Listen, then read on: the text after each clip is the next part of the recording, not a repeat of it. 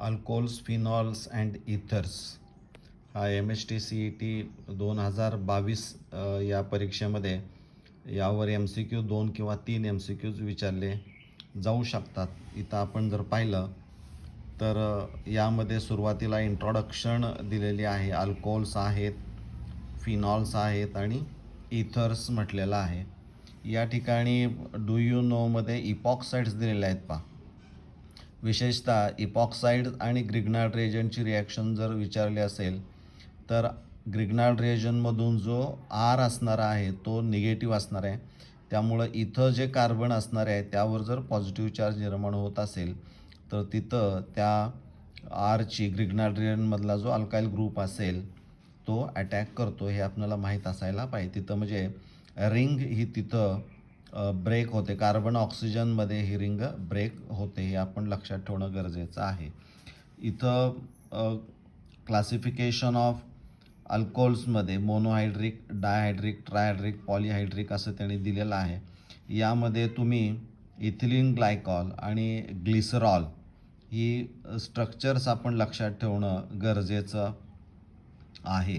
कारण glycerol molecular formula जो असणारा आहे तो तुम्हाला माहीत असायला पाहिजे. कारण त्यामध्ये किती प्रायमरी OH ग्रुप आहेत किंवा सेकंडरी OH ग्रुप आहेत किंवा टर्शरी OH ग्रुप्स आहेत. म्हणजे primary alcohol, secondary alcohol, tertiary alcoholic जे हायड्रॉक्सिल ग्रुप्स असणार आहेत त्यांची संख्या विचारली जाऊ शकते. किंवा इथं जो इथिलीन ग्लायकॉल असणार आहे तो अँटीफ्रीज इन ॲटोमोबाईल्स रेडिएटर्समध्ये वापरामध्ये येतो. त्यावरही प्रश्न एकदा विचारलेला आहे. तर मला वाटते आपण लक्षात ठेवणं गरजेचं आहे. अल्लिक अल्कोहोल्स, बेन्झिलिक अल्कोहोल्स एक्झाम्पल्सवर विचारलं जाऊ शकतं. त्यानंतर इथं जर आपण पाहिलं तर ही जी 3 स्ट्रक्चर्स दिलेले आहेत, सायक्लोब्युटॅनॉल आहे, 2 इथाइल सायक्लोपेंटॅनॉल आहे किंवा 2 मिथॉक्सी प्रोपॅनोन, ही स्ट्रक्चर्स एकदा नीट बघा. कारण यावर the correct IUPAC name of the following structure हे विचारलेलं आहे आणि त्यामुळं हे लक्षात ठेवणं गरजेचं आहे.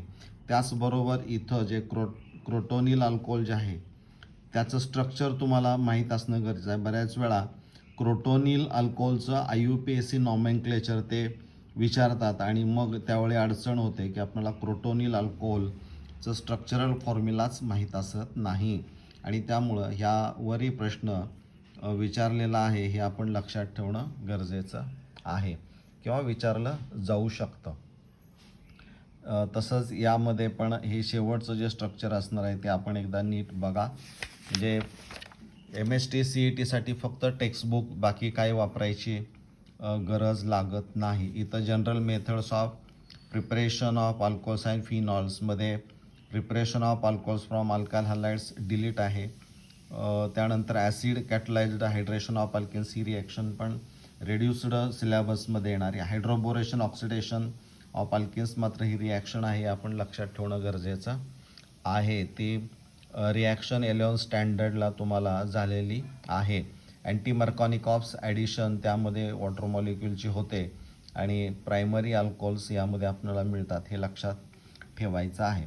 त्यामुळे इथं ज्या 2 रिॲक्शन्स दिलेल्या असणाऱ्या आहेत यांचा सराव होणं गरजेचं आहे. कारण दोन्हीमध्ये इथं B2S6 इन टेट्राहायड्रोफ्युरॉन सॉल्वंट म्हणून दिलं आहे आणि hydrogen peroxide in alkaline medium, म्हणजे हायड्रोबोरेशन ऑक्सिडेशन ऑफ अल्किन ही जी रिॲक्शन आहे ती इथं, आणि इथं hydration of alkenes by using concentrated sulphuric acid म्हणजे CH3CH डबल बॉन्ड इथं असणार आहे. तर हे स्ट्रक्चर तुम्ही जर लक्षात ठेवलं तर ते कुठं दिलं आहे यापेक्षा हायड्रेशन म्हणजे कसं होतं हे तुम्हाला माहीत असेल तर पुढं अवघड काही त्याच्यामध्ये नाही, ते नजरेखालून घाला.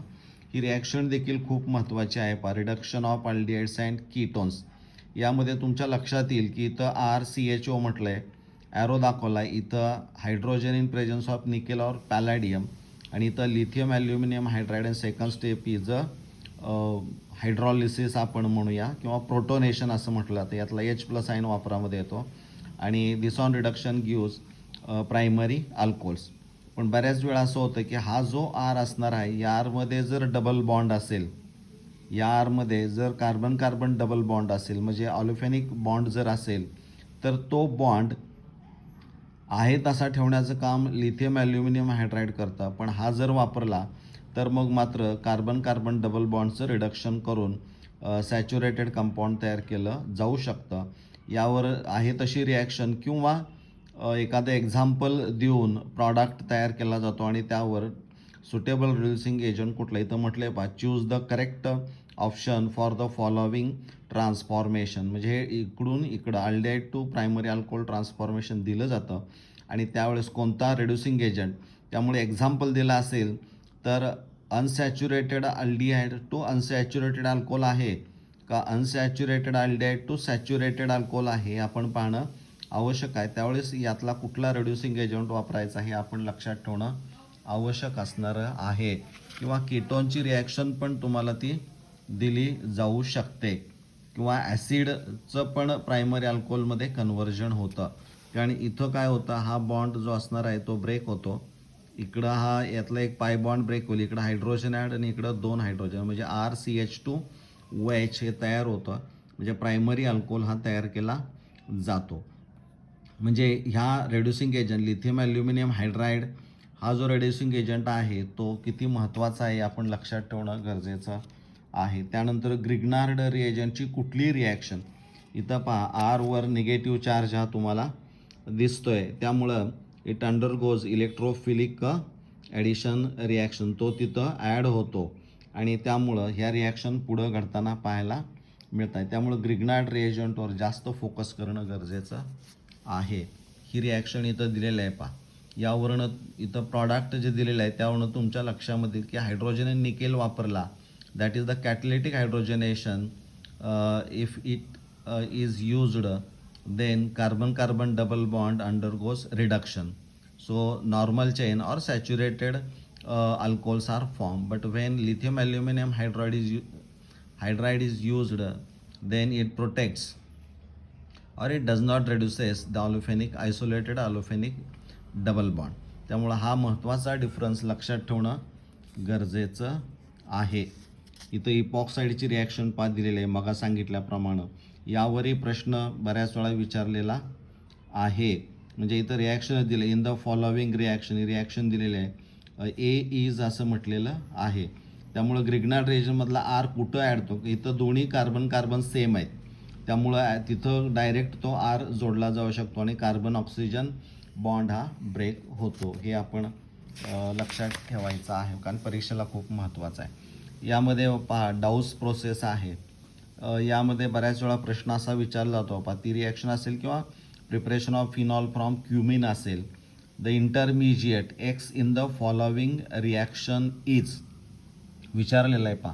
म्हणजे ही रिॲक्शन दिलेलं आहे, रिॲक्टन दिले सगळं दिलेलं आहे, फक्त इंटरमिजिएट जो असणार आहे तिथं एक्स केलं आहे आणि तो इंटरमिजिएट कोणता आहे आयडेंटिफाय करायचं आहे. स्ट्रक्चर्स तुम्हाला दिले जातात पण ती स्ट्रक्चर्स तुम्ही ओळखणं गरजेचं आहे. म्हणजे अशा पद्धतीचाही प्रश्न हा विचारला जाऊ शकतो किंवा इथंही preparation of phenol from benzene sulphonic acid यावरही रिॲक्शन विचारली जाऊ शकते. इथं म्हटलं आहे पहा, इथं प्रश्न ही रिॲक्शन आहे. आता या रिॲक्शनमध्ये त्याने असं म्हटलं the reagent are in the given sequence of the chemical reaction is. म्हणजे तुम्हाला ही सगळी रिॲक्शन दिली जाते आणि इथं फक्त आर लिहिलं जातं आणि आर या रिॲक्शन सिक्वेन्समध्ये नेमका कोण आहे हे तुम्हाला माहीत असणं गरजेचं आहे.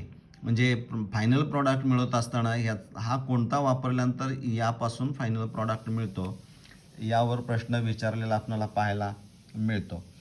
फिजिकल प्रॉपर्टीजमध्ये बॉइलिंग पॉईंट्स आपल्याला माहीत असणं गरजेचं आहे. हा जर चार्ट आपण पाहिला तर यामध्ये अल्कोहोल्स इथं दिलेले आहेत पाही, यांचे बॉइलिंग पॉईंट्स तुम्हाला माहीत पाहिजेत. यावर प्रश्न विचारलेला आहे. यातले 4 स्वतंत्र दिले जातील आणि यातला सगळ्यात जास्त बॉइलिंग पॉईंट कोणाचा असणार आहे तर जो नॉर्मल चैन तुम्हाला पाहायला मिळते त्याचा जास्त असणार आहे. ब्रांच्ड असेल तर त्याचा तो कमी असणारा आहे.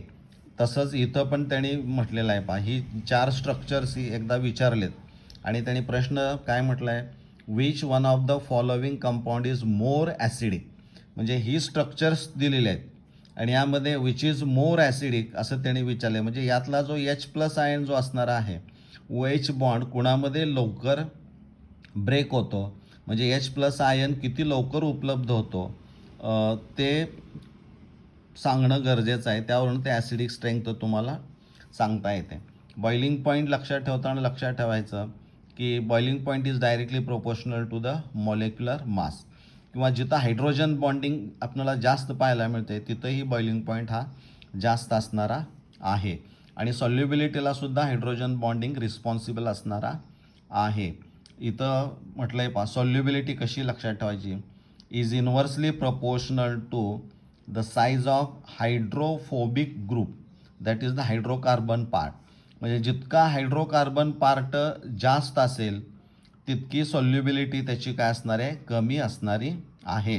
म्हणजे कार्बन हायड्रोजन फ्रेमवर्क जर जास्त असेल तर तिथं मात्र सॉल्युबिलिटी ही कमी झालेली आपल्याला पाहायला मिळेल.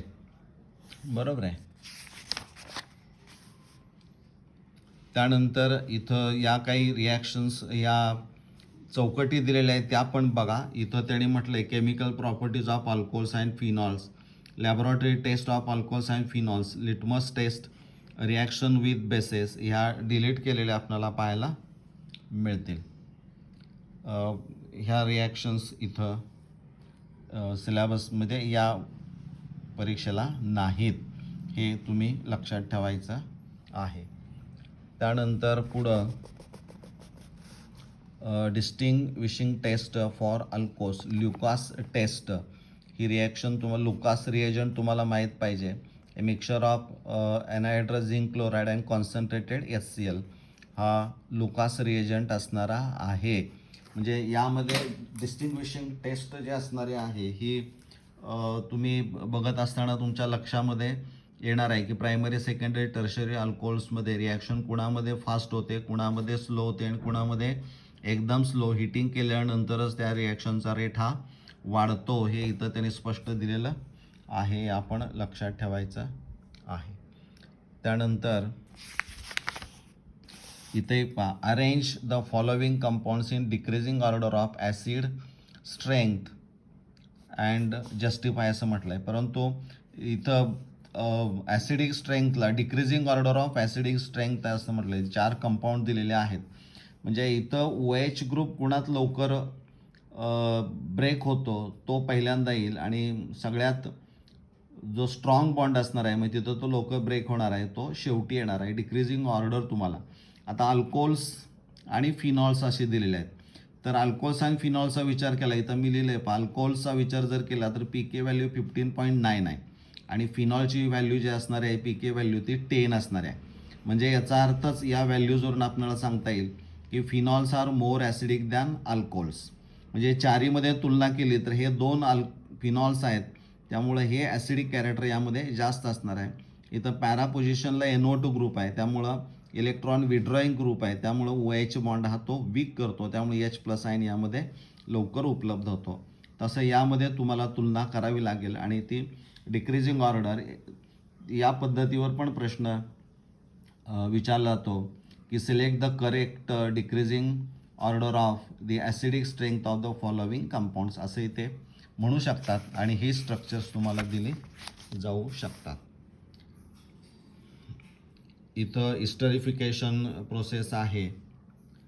इस्टरिफिकेशनमध्ये तुम्हाला ॲसिड अल्कोहोलचा वापर केला जातो. यामध्ये कॅटलिस्ट जो असणार आहे तो कॉन्सन्ट्रेटेड सल्फ्युरिक ॲसिड म्हणून इथं वापरामध्ये येतो, हे तुम्हाला माहीत पाहिजे. किंवा इस्टर्स ही जी असणारी आहे ती अल्कोहोल्स आणि ॲसिड क्लोराईड्सपासून तयार केल्या जातात, ज्यामध्ये पिरिडीन हा तिथं कॅटलिस्ट म्हणून वापरामध्ये येऊ शकतो. ही रिॲक्शन एक महत्त्वाची आहे पहा. सॅलिसिलिक ॲसिडपासून ॲस्प्रिन ॲसिटिल सॅलिसिलिक ॲसिड हा डेरिव्हेटिव्ह तयार केला जातो. त्यावेळेस हा जो सॅलिसिलिक ॲसिड असणार आहे यावर प्रश्न विचारला आहे की the acid which contain OH and COH group is, त्यांनी म्हटलेलं आहे की दिलेल्या ॲसिड्समध्ये असा कोणता ॲसिड आहे की ज्यामध्ये OH आणि COH ग्रुप आहे. त्यामुळे तुम्हाला स्ट्रक्चरल फॉर्म्युले माहीत असणं गरजेचं आहे.